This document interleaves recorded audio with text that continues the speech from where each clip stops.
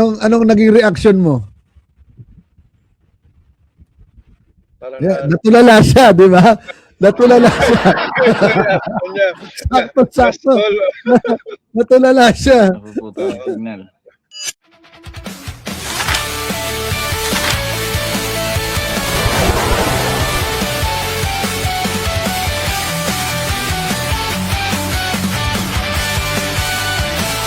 Kalikasan ay dapat nating alagaan para sa kinabukasan ng susunod na henerasyon. Sa bilang magandang bukas ay iyong nararating. Tanggalin ang takot na dinadaing. Kung nangangamba sa gitna ng dilim, hindi ka nag-iisa. Asahan mo siya ay darating.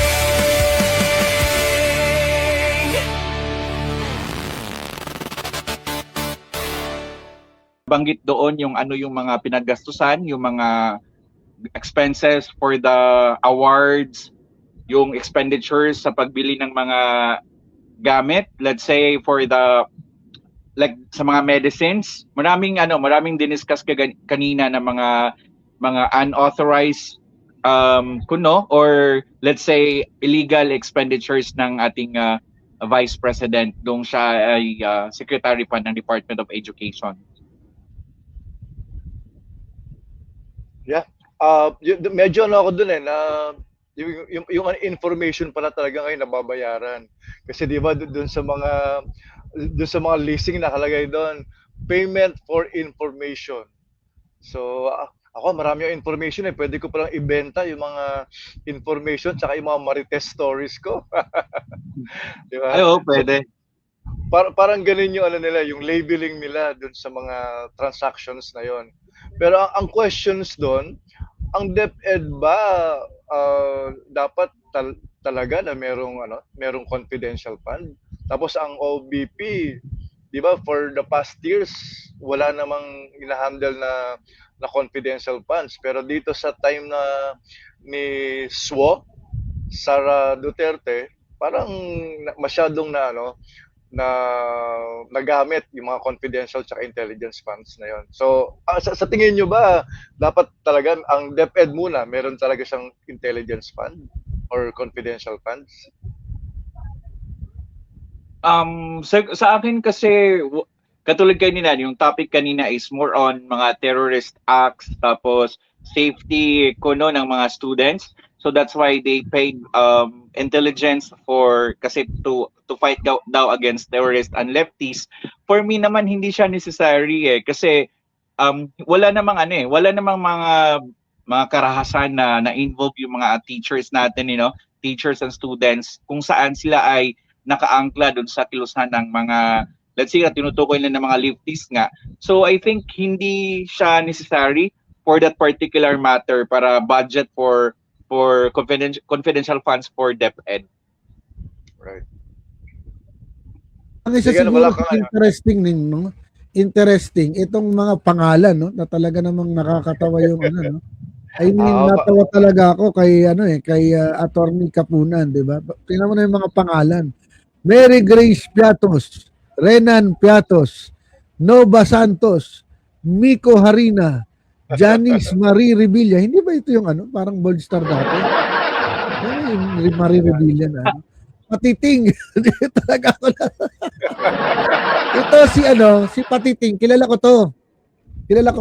Kapitbahay ito ni Cathy Ting. Di ba? Ito yung kamag-anak yan. Magkapitbahay sa isang compound. Si Cathy Ting. Siya ay kamag-anak ni Patty Ting, sila magkapatid yung kanilang tatay, ayan. Tapos si Andy Lim, yan yung nakaaway ni Pedro Liwanag. Pero asawa sa ni Madi, 'di ba, ni Madi Lim. Yun. Si Andy Lim si Madi Lim. Yan yung kabit ni Pedro Liwanag kasi mag-asawa yan si Madi Lim. Saka si Andy Lim. Ngayon, naging kabig siya ni Pedro Liwanag. Oo. Oo. Si Alejandro Piquet, ano to? Kamag-anak ni Tasyong Bulag.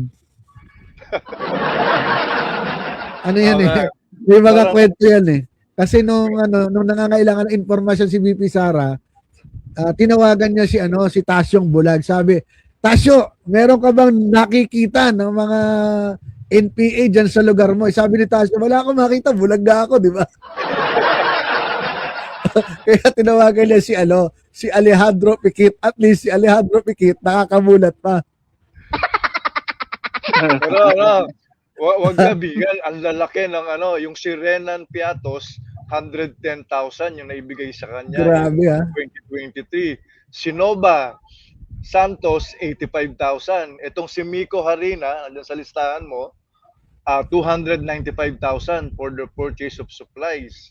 Tapos si Janice Marie Revilla, sabi mo, bold star to, purchase of Alam ko information. may kapangalan yun eh. Grabe, ang lalaki. Itong si Alejandro Piquet, 90K. December diba? 21 nung Kaya nga hindi mo maiwasan na mag-isip ng pangit eh. Kasi mga pangalan pa lang, very suggestive na. Di ba? Meron pa. Viola Exactly. Biong. Sino ba to? Yung ni Shrek? Viola Biong. Si Sprunyo Balsak. Ang lulupit talaga. Wala akong masa. Anong reaction mo dyan sa hearing na yan? Bakita mo yung mga pangalan na yan kasamang Gilbert?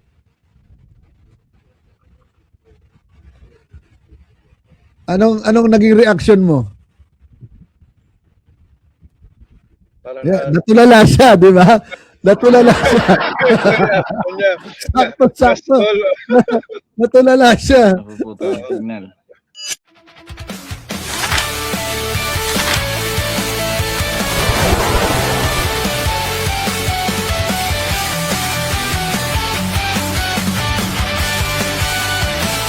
Kalikasan ay dapat nating alagaan para sa kinabukasan ng susunod na henerasyon.